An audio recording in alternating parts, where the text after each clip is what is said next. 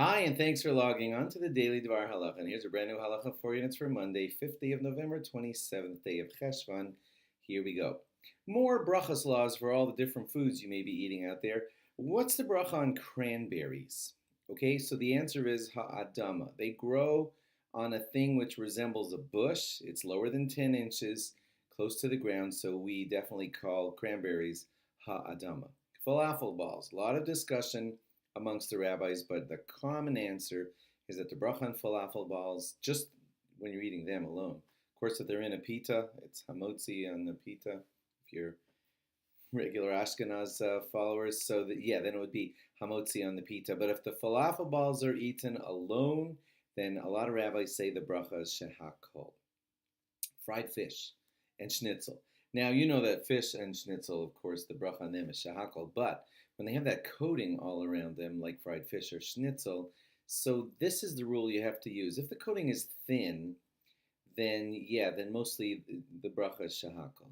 But if the coating, the batter is thick, then the proper bracha is borimini mazonos because of that thick batter coating that's on the outside. Some of you might be wondering, so how do I know what's called thick or what's called thin? As a guideline, if you're used to eating fish sticks, the coating on the outside of fish sticks, that we would consider that thick, and it would get a borimini mazonos. So if your schnitzel coating looks that thick or thicker, then it gets a borimini mazonos. Fruit cocktail.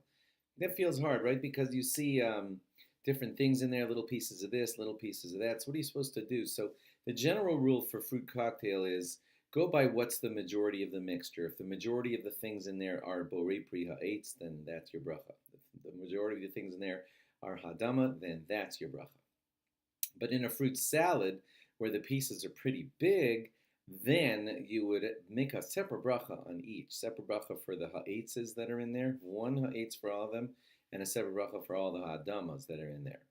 Halvah, some of you might not know what it is. It's kind of like a lot of sugar, a lot of oil, a lot of crushed sesame seeds, I think it is, and stuff like that, and chocolate and whatever. It's the highest calorie food I know, and it's very delicious. But anyway, the bracha on halva is shehakol.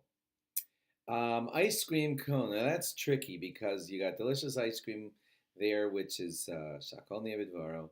You've got sometimes a delicious cone, which is a borimini mazonos. What should you do? So if it's one of those cones that's just the holder, and you're mostly just eating the ice cream, and the cone is just there to hold the ice cream, then just a shehakol on the ice cream would be sufficient. But often the cone has its own delicious taste, and people are very happily eating the cone also.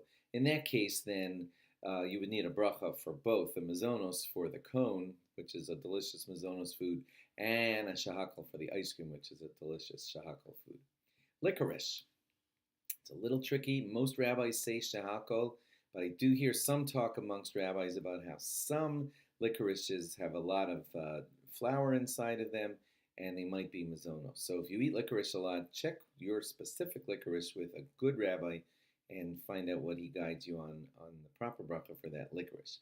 Mashed potatoes. Now, certainly regular potatoes, you would say ha'adama on mashed potatoes. There is some discussion about those instant ones because they are so mashed that they barely act like potatoes. But a more common psak you will hear from rabbis today is that even instant mashed potatoes also get a borei pri hadama. Some argue, but the more common decision out there these days is that instant mashed potatoes are also borei pri hadama. Meatballs and spaghetti.